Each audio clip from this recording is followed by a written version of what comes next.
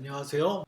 지난 시간에 이어서 현실 치료에 대해서 같이 공부를 하도록 하겠고요. 특별히 이번 시간에는 욕구를 중심으로 수업을 진행하도록 하겠습니다.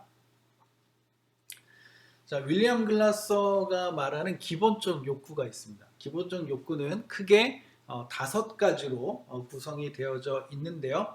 자, 첫 번째가 사랑과 소속의 욕구입니다. 사랑의 욕구라고도 하고 소속의 욕구라고도 하는 것이 하나가 있습니다. 그 다음에 두 번째가 권력 욕구 또는 힘의 욕구 또는 성취 욕구라고 불리는 것이 있고요. 그 다음에는 재미의 욕구가 있습니다. 재미의 욕구, 그리고 자유의 욕구가 있습니다. 자유의 욕구. 그 다음에 생존 욕구가 있습니다. 생존 욕구. 글라서가 욕구를 이렇게 5가지로 나누어서 설명하는데 이것을 다시 2가지로 구분을 하고 있습니다. 하나는 뭐냐 하면 하나는 생존 욕구고 하나는 심리적 욕구입니다. 그러니까 생존 욕구와 심리적 욕구를 구분하는데 생존 욕구는 딱 그 하나가 있는 거겠죠. 생존 욕구 안에 이제 다양한 것들이 존재할 수 있고 그 다음에 나머지 하나가 심리적 욕구인데 심리적 욕구 안에 4가지가 있는 겁니다. 사랑과 소속, 권력과 성취, 재미, 즐거움, 네. 자유, 재미, 자유, 네, 이런 것들이 이제 그 심리적 욕구에 해당된다는 거죠. 그래서 글라스의 책을 읽어보면 글라스가 이렇게 이야기합니다. 사람은 생존 욕구가 성취되지 않아서 자살을 하지는 않는다. 그런데 심리적 욕구가 채워지지 않으면 인간이 자살을 선택할 가능성이 더 높다라고 이야기합니다. 자, 먹을 것이 없으면 먹을 것을 찾으려고 하고요. 또 건강하지 않으면 건강을 얻으려고 합니다. 그런데 다른 심리적인 욕구들은 채워지지 않게 되면 사람들이 극도로 더 어려움에 처할 수 있다고 보는 거죠. 자, 이제 그 욕구 강도 프로파일이라는 게 있는데 그 이것에 대해서 잠깐 설명하도록 하겠습니다. 욕구 강도 프로파일은 뭐냐 하면 사람들이 가지고 있는 욕구를 프로파일로 만들어서 그것을 해석하려는 시도라고 보시면 되겠고요. 그래서 간단하게 이제 설명을 드리자면 사람들은 기본적인 욕구를 지니고 있고 자기에게 맞는 방식으로 다양한 방법을 통해서 이것을 균형 있게 충족시켜 나가는데 그런 과정이 바로 행복이라고 이야기합니다. 그러니까 사람마다 욕구의 수준이 다 다릅니다. 욕구의 강도가 다 다른데 자기에게 맞는 그 강도가 충족될 때 사람들이 비로소 행복을 느낀다는 거죠. 욕구에 대한 이해는 개인에 대한 이해와 더불어서 서로의 관계를 이해하는 데도 중요한 역할을 하게 됩니다. 자, 부부 간에 또는 연인 간에 또는 친구 간에 서로 욕구가 차이가 있습니다. 그런 그 욕구에 따라서 그 사람의 성향이나 성격도 다르게 나타날 수 있고요. 또 두 사람 사이의 관계에도 이 욕구가 영향을 미치게 됩니다. 결국 내가 어떤 사람과 관계하느냐, 내 욕구가 충족되는 사람과 관계를 한다 이거죠. 그래서 내 주변에 이상한 사람들이 많이 있다. 그러면 내 욕구가 무엇인지를 점검해 볼 필요가 있습니다. 내 주변에 어떤 사람들이 있는지를 보면 내가 어떤 욕구를 지니고 있는지 알 수 있고 그렇다면 그 사람들의 욕구가 무엇인지도 어느 정도 짐작할 수 있겠습니다. 자, 욕구에 대한 정보는 나는 어떤 사람이고 다른 사람은 어떤 사람인지 그리고 서로가 어떤 부분에서 맞고 어떤 부분에서 갈등이 일어날 수 있는지에 대해서 정보를 제공할 수 있습니다. 결국 욕구라는 것은 성격과 밀접한 관계가 있다. 이렇게 말할 수 있는 거죠. 자, 글라서는 욕구를 이렇게 정의합니다. 우리를 움직이는 강력한 힘. 이렇게 이제 욕구를 정의하고 있습니다. 자, 욕구는 구내 작용에 근거한 생존 욕구가 있고 신내 작용에 근거한 심리적 욕구가 있습니다. 글라서는 심리적 욕구를 더 중요하게 봅니다. 그러나 욕구 그러면 생존 욕구를 반드시 포함하고 있는 거죠. 그래서 글라스가 말하는 욕구는 크게 몇 가지가 있다? 네, 5가지가 있다. 이것을 기억하시면 되겠고, 그 욕구를 파악하면 실제로 그 사람의 성격을 파악할 수 있고, 그리고 다른 사람들과의 관계 패턴도 알 수 있더라. 어디서 갈등이 생기고 또 어디서 평화로운지를 우리가 이제 파악할 수 있다는 거죠. 자, 그러한 시도를 이제 잠깐 해보려고 하고요. 먼저 원래는 검사를 해보면 이제 좀 더 분명하게 알 수 있습니다. 그래서 검사를 통해서 우리가 욕구를 파악할 수 있지만, 지금은 이제 수업 시간이고 또 영상으로 수업이 진행되다 보니 우리가 직접 검사를 할 수는 없습니다. 그러니까 직접 검사를 할 수 없을 때 직관을 활용해서 파악할 수가 있는데요. 이제 그걸 위한 선행 작업을 하는 것이기도 하고 또 욕구 자체가 무엇인지를 공부하는 것이기도 합니다. 자, 먼저 생존 욕구에 대해서 우리가 함께 살펴보도록 하겠습니다. 자, 생존 욕구가 뭐냐 하면 이 세상에서의 건강한 삶과 생식을 통한 자기의 확장을 추구하는 것을 생존 욕구라고 합니다. 그러니까 건강하게 살고 싶은 거죠. 자, 건강하게 살고 싶어요. 그리고 이제 자손들을 많이 만들고 싶어요. 자, 이러면 무슨 욕구와 관련돼 있다? 이러면 생존 욕구와 관련돼 있다. 건강하게 많은 자식들을 거느리고 싶다. 네, 이렇게 하면 생존 욕구가 강하구나라고 이제 볼 수가 있겠고요. 또 이 생존 욕구가 강한 사람들은 보수적입니다. 보수적이라는 말은 위험한 일을 하지 않으려고 한다는 거죠. 그러니까 보수적이고 진보적이지 않다는 거죠. 모험적이지 않다는 겁니다. 생존 욕구가 강하면 보수적이고 위험한 일을 하지 않고 소비보다는 저축을 선호하게 됩니다. 저축을 선호하게 되고요. 자, 생존 욕구가 강한 사람은 안전 문제에 관심이 많습니다. 안전하냐 이게 중요하다 이거죠. 안전 문제에 관심이 많고 이왕이면 상식을 따라서 살려고 합니다. 그래서 상식을 벗어나는 정해진 틀에서 벗어나는 것을 상당히 불편해하는 경향이 있다. 네, 그러면 이 사람은 생존 욕구가 강하구나 이렇게 이제 볼 수 있겠고요. 또 생존 욕구가 강한 사람은 보통 이제 섹스를 선호합니다. 성적인 것을 선호한다는 거죠. 그런데 이것을 얻기 위해서 사랑하는 사람처럼 행동할 수 있는 사람들이 생존 욕구가 강한 사람들입니다. 자, 이 요소들이 골고루 다 나타난다 이렇게 말하고 싶지는 않지만 그래도 이런 모습들을 보이면 이 사람은 생존 욕구가 높은 사람이구나 라고 말할 수 있다는 것이죠. 자, 여러분들에게는 생존 욕구가 얼마나 있을까요? 한번 스스로 생각해 보시면 좋겠고요. 생존 욕구는 우리들의 가장 기본적인 욕구 중에 하나다라고 볼 수 있겠습니다. 자, 그 다음에 두 번째 소송 욕구를 보도록 하겠습니다. 소송 욕구. 다르게는 사랑 욕구, 사랑의 욕구라고도 말할 수 있다고 처음에 설명을 드렸었습니다. 자, 소송 욕구는 뭐냐 하면 다른 사람을 사귀고 사랑하고 싶은 욕구라고 볼 수 있습니다. 그러니까 다른 사람을 사귀고 싶어요. 이러면 무슨 욕구가 있다? 소송 욕구가 있다. 그리고 사랑하고 싶어요. 근데 사랑만 하고 싶은 게 아니라 사랑을 받고 싶어요. 이 두 가지가 동시에 존재한다는 것을 기억하시면 됩니다. 누군가를 사귀고 싶고 그리고 사랑하고 싶고 사랑을 받고 싶고 그러면 나는 무슨 욕구가 강하다? 나는 소송 욕구가 강한 사람이구나. 사랑 욕구가 강한 사람이구나. 이렇게 볼 수 있다는 거죠. 자, 소송 욕구는 자신이 원하는 사람들에게 받아들여지고 속하고 싶은 욕구라고 볼 수 있습니다. 그러니까 내가 원하는 사람들이 나를 받아들여야 이 욕구가 채워지는 거고요. 그 사람들에게 속해야 내 욕구가 채워지는 겁니다. 또 다른 측면에서는 다른 사람들을 도와주고 서로 협력하고자 하는 욕구가 소송 욕구라고 볼 수 있습니다. 그래서 소송 욕구가 높은 사람들은 사람들과 같이 있는 거 좋아하고 그 사람들에게 수용되는 거 인정받는 거 좋아하고 그리고 협력, 도와주고 협력하려는 경향들이 있다는 거죠. 자, 세 번째, 소송 욕구는 인간이 살아가는데 원동력이 되는 것이라고 봅니다. 그래서 생존 욕구만큼이나 큰 비중을 차지하는 것이 바로 이 소송 욕구가 되겠습니다.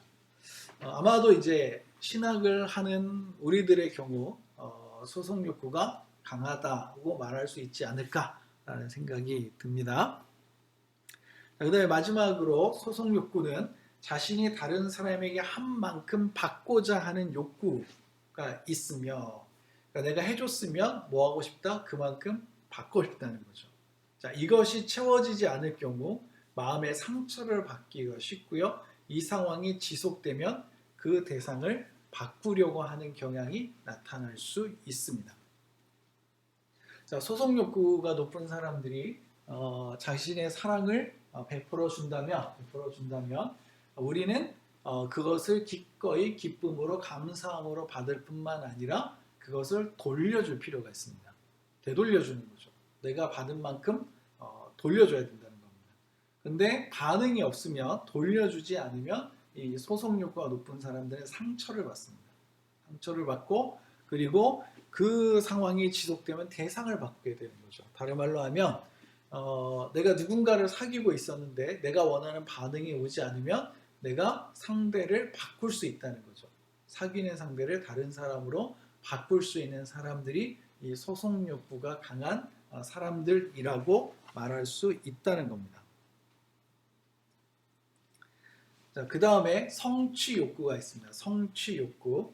우리가 이제 권력 욕구 또는 힘의 욕구라고도 말할 수 있는 것이 이제 성취 욕구인데요. 자, 힘과 성취 욕구는 다른 사람을 지배하거나 배제하는 힘이라기보다는 개인의 힘이나 능력으로서 성취와 관련이 있고요. 경쟁을 통해서 무엇인가를 얻음으로써 중요한 존재가 되고 싶어하는 욕구라고 할 수 있습니다. 근데 여기서 우리가 이제 좀 기억해야 되는 게 뭐냐면, 지배하거나 배제하는 힘이라기보다는 이라고 했지만 그럼에도 불구하고 그런 경향과 연결이 되어 있는 것은 사실입니다. 그래서 힘과 성취의 욕구가 높은 사람들은 뭔가 이렇게 다른 사람을 이렇게 자기 마음대로 하고 싶은 욕구가 있는 건 맞습니다. 근데 이것보다 더 큰 게 뭐냐? 이것보다 더 큰 게 뭐냐 하면 성취라는 겁니다. 자신의 힘이나 능력을 가지고 무엇인가 이루어야 되는 사람들인 거죠. 그래서 무엇인가를 이루었을 때 느끼는 그 성취감이 이 사람들에게는 아주 중요하다. 어떻게 보면 다른 사람을 지배하거나 배제하는 것이 결국 성취의 결과라고도 볼 수 있는 겁니다. 이 사람들은 경쟁을 통해서 무엇인가를 얻어서 중요한 존재가 되고 싶어 합니다. 중요한 존재가.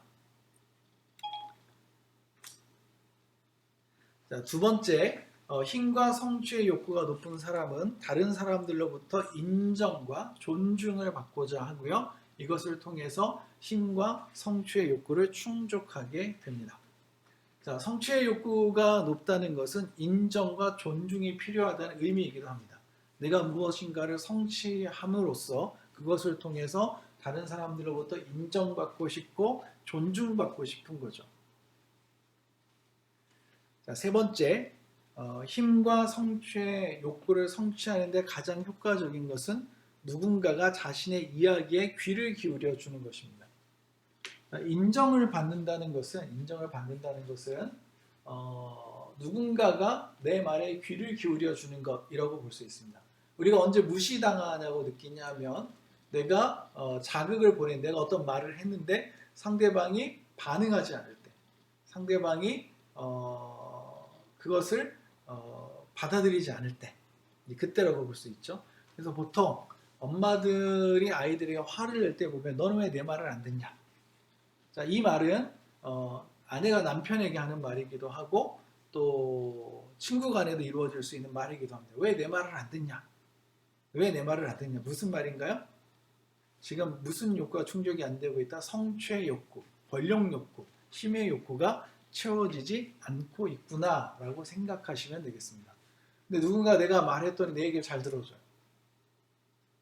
그러면 화가 떨어지고요, 힘이 떨어지게 됩니다. 사람이 부드러워지는 거죠. 누군가 화가 나 있다면 보통은 무시당했다고 생각할 가능성이 높고 자기 말을 관철시키려고 할 가능성이 높습니다. 그래서 이 사람이 지금 힘의 욕구가 충족이 되지 않아서 그렇구나라고 판단이 되시면 하던 일을 멈추시고 그 사람의 이야기에 귀를 기울여 주시면 됩니다. 그 사람의 얼굴을 응시하고 말할 때 잘 고개를 끄덕이면서 반응해주고 하는 게 좋겠다 이거죠. 물론 그 사람이 시키는 것을 한다. 그 사람이 원하는 것을 다 해준다. 이런 의미는 아닙니다. 네, 우리가 반응해주고 적절히 반응해주고 그러나 결론은 합리적으로 가져가는 것이 좋겠죠. 자, 네 번째, 힘과 성취의 욕구가 높은 사람은 자신이 원하는 것을 얻기 위해 사랑의 모습을 취할 수 있기 때문에 다른 욕구에 비해 구별이 어려울 수 있습니다. 그러니까 권력 욕구가 높은 사람들이요, 성취 욕구가 높은 사람들이 성을 이용할 가능성이 있다고 이야기하는 겁니다. 내가 무엇인가를 얻기 위해서 성적인 것을 또는 사랑을 사용할 수 있는 거죠. 내가 지금 무엇인가 얻기 위해서 내가 다른 사람을 사랑하는 것처럼 행동할 수 있다는 겁니다. 물론 이제 실제로 사랑할 수도 있는 거고, 그러나 거짓으로 사랑의 모습을 취할 수도 있는 거죠. 구분은 이제 각자의 몫이라고 볼 수가 있겠고요. 자, 그 다음에 이제 자유욕구가 있습니다. 자유욕구. 자유욕구는 뭐냐면 심리적으로나 신체적으로 자유롭고자 하는 것입니다. 그러니까 심리적으로도 자유로워야 하고 신체적으로도 자유로워야 하는데, 자, 이동하고 선택하는 것을 마음대로 하고 싶은 욕구를 우리가 자유욕구라고 합니다. 가고 싶은 곳에 가야 하고요. 내가 하고 싶은 것을 해야 합니다. 내가 원하는 것을 선택해야 되는 것이죠. 내가 가고 싶은 데를 가야 되는 겁니다. 자, 두 번째, 자유는 자신이 삶을 어떻게 영위해 나아갈 것인지를 선택하고 자신의 의사를 자유롭게 표현하며 자신이 선택한 사람과 교제하고 대인관계와 종교활동 등을 포함한 모든 삶의 영역에서 자신의 의사를 마음대로 표현하는 것이다. 이렇게 자유를 정의할 수 있습니다. 물론 자유에 대한 정의는 사람마다 다를 수 있다고 봅니다. 그러나 어쨌든 이렇게 자유를 정의해 놓고 자유의 욕구를 이제 생각해 보는 것이 좋겠죠. 자, 세 번째 보시면 자유의 욕구가 높은 사람은 자유를 위한 투쟁을 하는 경우가 있습니다. 자, 자유가 계속 억압을 당하면 견딜 수 없기 때문에 결국은 자유를 위한 투쟁을 하게 되는 것이죠. 그런데 이때 이제 주의사항이 있는데 그게 뭐냐면 자신의 자유를 얻기 위해서 다른 사람의 자유를 침범하지는 말아야 한다는 겁니다. 자기가 자유롭기 위해서 다른 사람의 자유를 침범하는 것은 잘못된 것이죠. 침례의 원칙에도 옳지가 않습니다. 그래서 함께 살아갈 수 있는 타협점을 찾는 것이 중요하다. 내가 하고 싶은 대로 다 하기보다는 적절한 타협점을 찾는 것이 중요하다고 볼 수 있겠고요. 자, 네 번째, 만약 자유의 욕구가 높은 사람이 타인에 의해서 자유를 제한받지 않는다면 대단히 창조적이고 생산적이 될 수 있습니다. 그래서 우리는 자유의 욕구가 높은 사람들의 자유를 제한하기보다는 그 자유를 최대한 보장하는 것이 더 좋지 않을까라고 생각해 볼 수 있겠고, 자유의 욕구가 강한 사람들은 제한받지 않고 자기가 할 수 있는 것을 마음껏 할 수 있는 환경을 찾아가거나 그런 환경을 만들어내는 것이 중요하다라고 볼 수 있겠습니다. 어쨌든 자유는 좋기도 하지만 위험하기도 하다는 사실을 기억할 필요가 있겠죠. 자, 이제 욕구 중에 마지막 욕구가 재미의 욕구가 있습니다. 재미의 욕구. 재미의 욕구는 새로운 것을 배우고 즐기고자 하는 욕구입니다. 그러니까 재미가 있으려면 배워야 됩니다. 자, 자유 욕구만큼이나 강한 게 재미의 욕구고요. 때로는 이 욕구를 충족시키기 위해서 생명의 위협을 감수하기까지 합니다. 그래서 우리가 이제 그 스포츠를 하더라도 위험한 거 하는 사람들이 있습니다. 그 스릴을 즐기시는 분들이 이게 재미 때문에 하는 거잖아요. 그래서 생명의 위협을 감수할 수 있는 게 바로 이 재미라고도 볼 수 있습니다. 근데 이 재미는 배움과 상호 보완적 관계에 있습니다. 어떻게 공부하는 거하고 배우는 거하고 재미랑 관련이 있느냐라고 생각할 수 있지만 생각해 보시면 아주 수월합니다. 자, 놀아요. 자, 놀아요. 근데 재밌게 놀려면 어떻게 해야 되죠? 재밌게 놀려면 규칙대로 놀아야 재밌습니다. 규칙을 깨면 재미가 없습니다. 자, 아이들끼리 놀다가 에이, 그만할래, 안 할래. 언젠가요? 규칙을 어길 때가 그런 거죠. 규칙을 지키려면 뭘 배워야 돼요? 규칙을 배워야 되죠. 놀이하는 법을 배워야 됩니다. 재미라는 건 배움과 아주 밀접한 관련이 있다. 자, 재미는 배움이 없이는 불가능하고요. 인간은 배우면서 재미를 경험합니다. 뭐 공부하는 것이 어떤 분에게는 굉장히 괴로운 일일 수 있지만 어떤 분에게는 아주 즐거운 일일 수 있습니다. 왜냐하면 배우는 게 재밌거든요. 새로운 걸 알게 되고 그러니까 너무 재미있는 거죠. 그래서 재미를 느끼고 싶다면 배우는 거 중요합니다.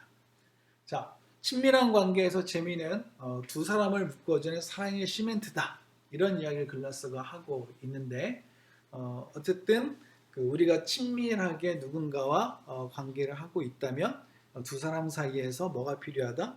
네, 재미가 필요하다. 재미가 있으면 그 관계가 더욱더 돈독해질 가능성이 높다라고 볼 수 있겠습니다. 자, 이제 욕구 강도 프로파일을 작성하는 요령에 대해서 설명을 드리겠는데요. 여러분도 한번 종이를 꺼내놓고 작성해 보시면 좋겠습니다. 자, 5가지 욕구를 말씀드렸죠. 생존의 욕구, 그 다음에 권력, 성취 욕구, 사랑, 소송 욕구, 재미 욕구, 자유 욕구. 이렇게 5가지 욕구를 말씀드렸는데, 자, 이 가운데서 뭐가 가장 높다고 생각하시나요? 가장 높은 거. 그래서, 그것을 하나 선택하시고 그 다음에 그것에 점수를 주는 겁니다. 그러면 그 가장 높은 욕구는 몇 점 정도 될까요? 20점 만점. 뭐 여러분들 10점 만점으로 하고 싶으면 그렇게 하셔도 되는데 어쨌든 동점이 많아지게 될 수 있으니까 20점 만점으로 해서 한번 해보시고요. 자, 두 번째, 5가지 욕구 중에서 가장 낮은 것은 무엇일까요? 가장 낮은 거. 자, 아무래도 높은 것은 14점 이상의 점수를 줄 가능성이 높고요. 낮은 것은 7점 이하의 점수를 줄 가능성이 높습니다. 물론 높아도 높은 게 아닌 사람이 있고 낮아도 낮은 게 아닌 사람이 있습니다. 여러분이 자유롭게 점수를 주시면 됩니다. 자, 가장 높은 욕구가 무엇인지 파악하시고 점수를 주시고 가장 낮은 것이 무엇인지 파악하고 점수를 주시면 됩니다. 자, 그리고 가장 높은 욕구와 가장 낮은 욕구를 고려해서 나머지 욕구에 점수를 부여하시고 순서를 정하십시오. 그리고 나서 그것을 막대 그래프로 표현하시게 되면 그것이 욕구 강도 프로파일이 되고요. 이제 그것을 해석하면 나는 어떤 사람이고 우리는 어떤 사람인지에 대해서 정보를 얻으실 수가 있습니다. 수업 시간이면 직접 여러분들의 프로파일을 해석해 드릴 수 있는데 지금은 그렇지는 못하니까 여러분들 만약에 궁금하시면 성경화 상담 카페에 가시면 이 욕구 강도 프로파일에 대한 자료를 찾으실 수 있습니다. 그래서 그 파일을 참조하셔서 여러분들이 한번 스스로 해보시면 좋겠습니다. 좀 더 자세한 설명들이 들어가 있습니다. 자, 일단은 그래도 간략하게 해석을 할 수 있는 방법을 말씀드리면요. 일단 높은 욕구에 주목하시면 됩니다. 높은 욕구에 주목해라.